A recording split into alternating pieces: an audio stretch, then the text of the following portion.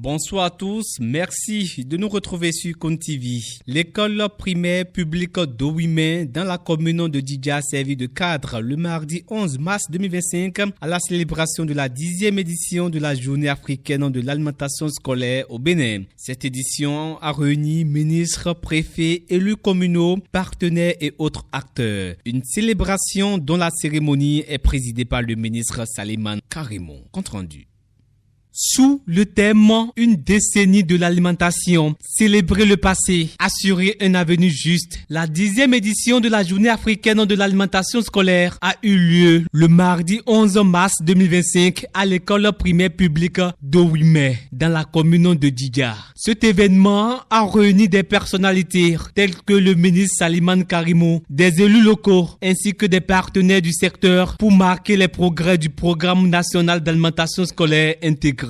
Depuis sa mise en place, le programme a significativement augmenté sa couverture, passant de 31% en 2017 à plus de 75% aujourd'hui, touchant ainsi plus de 1,3 million d'enfants. Cette réussite a été saluée par les acteurs présents, notamment le représentant résident du programme alimentaire mondial, Ali Ouattara. L'Agence nationale d'alimentation et de la nutrition a également réaffirmé son engagement à assurer la pérennité et l'extension du programme en modernisant les infrastructures et en renforçant la mobilisation communautaire. Le Bénin continue d'investir dans l'achat de vivres locaux, contribuant ainsi à soutenir l'économie locale et à stimuler l'entrepreneuriat. Le ministre Karimou a affirmé que l'objectif est de couvrir 100% des écoles rurales d'ici 2026, mettant en avant l'impact essentiel de cette initiative sur la réussite des élèves et sur leur bien-être.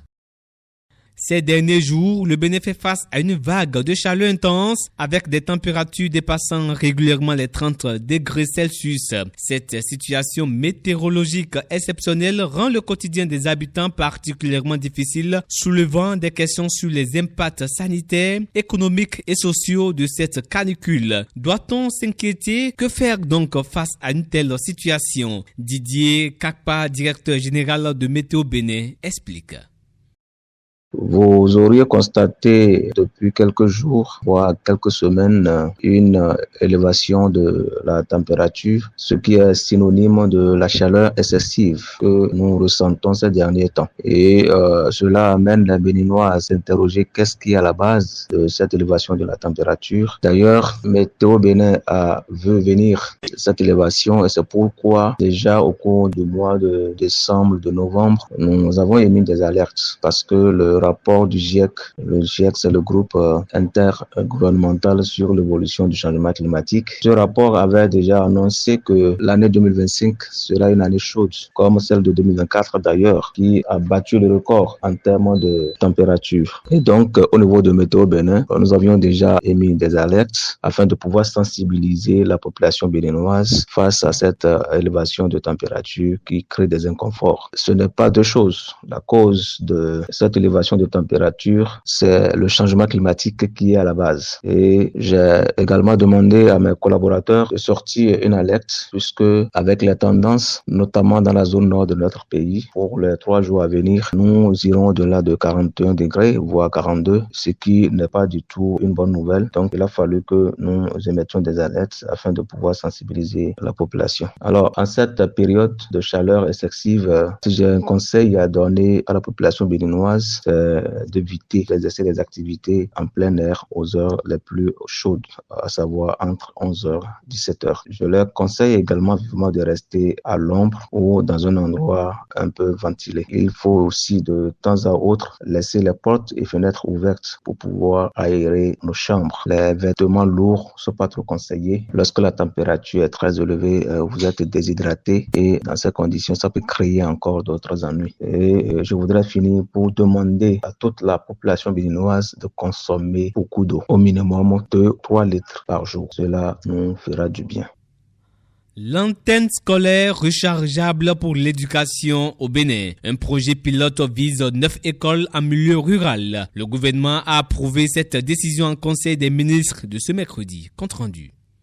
Le gouvernement béninois a marqué son accord ce mercredi en Conseil des ministres pour l'acquisition, l'installation, l'exploitation et la maintenance d'équipements solaires dans le cadre de la mise en œuvre de la phase pilote du projet de l'antenne solaire dans les écoles primaires publiques au Bénin. 9 écoles situées dans les milieux ruraux seront bientôt impactées par cette phase pilote. Ce projet écologique, selon le compte-rendu du Conseil des ministres, s'inscrit dans le cadre de la sauvegarde de l'environnement et de la réduction de l'émission des gaz à effet de serre. Il permettra de mettre à la disposition des apprenants des écoles bénéficiaires de l'antenne solaire rechargeable. Le gouvernement béninois, après avoir annoncé cette phase pilote, a également envisagé la généralisation du projet, aussi bien dans d'autres écoles du Bénin.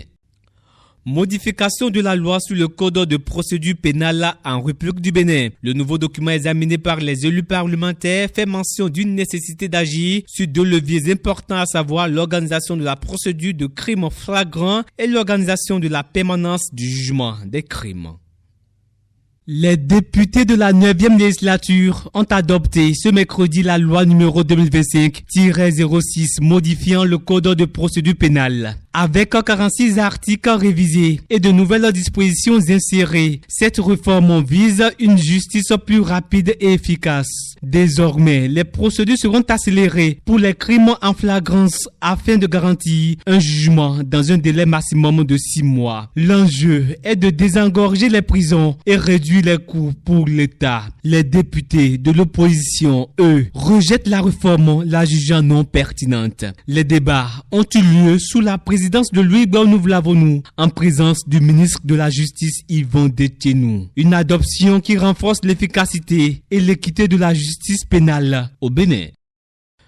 Un peu plus loin, cette fois-ci, le concert caritatif Solidarité Congo et à sa tête d'affiche James provoque la colère du Rwanda. Un concert pour évoquer la situation dans l'est de la RDC et aller chercher donc des fonds pour les enfants victimes du conflit entre l'armée et le M23. Cette action a provoqué la colère des autorités à Kigali et des associations des rescapés du génocide des Tutsis, car le 7 avril est chaque année une journée de commémoration. Le 7 avril prochain, un concert caritatif appelé Solidarité Congo aura lieu à l'Accor Arena de Paris pour soutenir les victimes du conflit en RD Congo. Des artistes comme Gims, Dadju et Angélique Kidjo se produiront pour récolter des fonds pour l'UNICEF. Cependant, cette date coïncide avec la journée internationale de commémoration du génocide des Tutsis, un événement tragique du Rwanda, ce qui suscite une controverse. Pour les survivants du génocide, le 7 avril est un jour de deuil national. Beaucoup estiment que la programmation de ce concert à cette date n'est pas une coïncidence, mais une provocation. En effet, en 1994, près d'1 million de Tutsis ont été tués au Rwanda et cette date reste un symbole douloureux. Derrière cette situation se cache un enjeu diplomatique complexe. Le Rwanda et la RDC sont déjà en conflit avec des accusations de soutien au groupe armé M23. Certains pensent que cette date pourrait symboliquement lier les tragédies des 2 pays et raviver les tensions entre eux. Le Rwanda a d'ailleurs exprimé son mécontentement et demandé un report du concert. Le choix de cette date soulève donc des questions. Est-ce une erreur de calendrier ou une provocation qui pourrait compliquer encore davantage la situation diplomatique entre la RD Congo et le Rwanda? Point d'interrogation. Sans un financement urgent, la famine risque de s'étendre au Soudan, avertit l'ONU. Les coupures brutales et les suspensions de financement mettront fin à l'aide humanitaire vitale pour des millions de femmes, d'enfants et autres groupes vulnérables à travers le pays. Elvis Kiakpe pour le compte-rendu. Le 13 mars 2025, l'ONU a lancé un appel urgent pour renforcer l'aide humanitaire au Soudan, frappé par une crise humanitaire majeure due à un conflit prolongé. Plus de 10 millions de personnes sont actuellement en besoin, avec des millions d'autres menacées par la famine. Les combats entre forces militaires et groupes armés ont dévasté les infrastructures essentielles, tandis que les conditions sanitaires se détériorent avec une épidémie touchant particulièrement les réfugiés réfugiés. L'ONU appelle la communauté internationale à fournir une aide immédiate pour soutenir les opérations humanitaires. Malgré les efforts des agences comme le PAM et l'OMS, les ressources restent insuffisantes face à cette ampleur de la catastrophe. Les défis logistiques compliquent encore l'accès aux zones touchées. L'ONU met en garde contre une aggravation de la situation si les mesures urgentes ne sont pas prises et insiste sur la nécessité d'une mobilisation internationale pour soulager la souffrance des habitants. L'instance fertière du football africain, la Confédération africaine de football CAF, a tenu sa 14e assemblée générale extraordinaire le 12 mars au Caire, en Égypte, afin de remanier son bureau exécutif. Le Sud-Africain Patrice Motsepe a été réélu pour un deuxième mandat à sa présidence. L'autre fait marquant est l'entrée du Camerounais Samuel Eto'o, dont la candidature a été longtemps contestée au comité exécutif. Compte rendu, Gaius Abouakounou. Les élections de la CAF pour désigner les représentants au Conseil de la FIFA se sont tenues ce mercredi 12 mars 2025. Le président de la CAF, Patrice Motsepe, a été réélu jusqu'en 2029. En plus du président de la CAF, 6 autres membres représenteront l'Afrique au Conseil de la FIFA. Il s'agit du Marocain Fouzi Lekdja, de l'Égyptien Hani Abou Rida, suivi par le Nigérien Gabriela Ima Amidou, la Comorienne Kanizat Ibrahim, le Mauritanien Ahmed Ould Yahya, le Djiboutien Souleymane Hassan Waberi. Samuel Eto'o, sans opposition, est élu par acclamation membre du comité exécutif de la Confédération africaine de football, CAF. Il succède à Seydou Mbombo Nyoya et devient le premier footballeur de l'histoire à être élu au comité depuis la création de la CAF. Il devient ainsi un décisionnaire du football africain.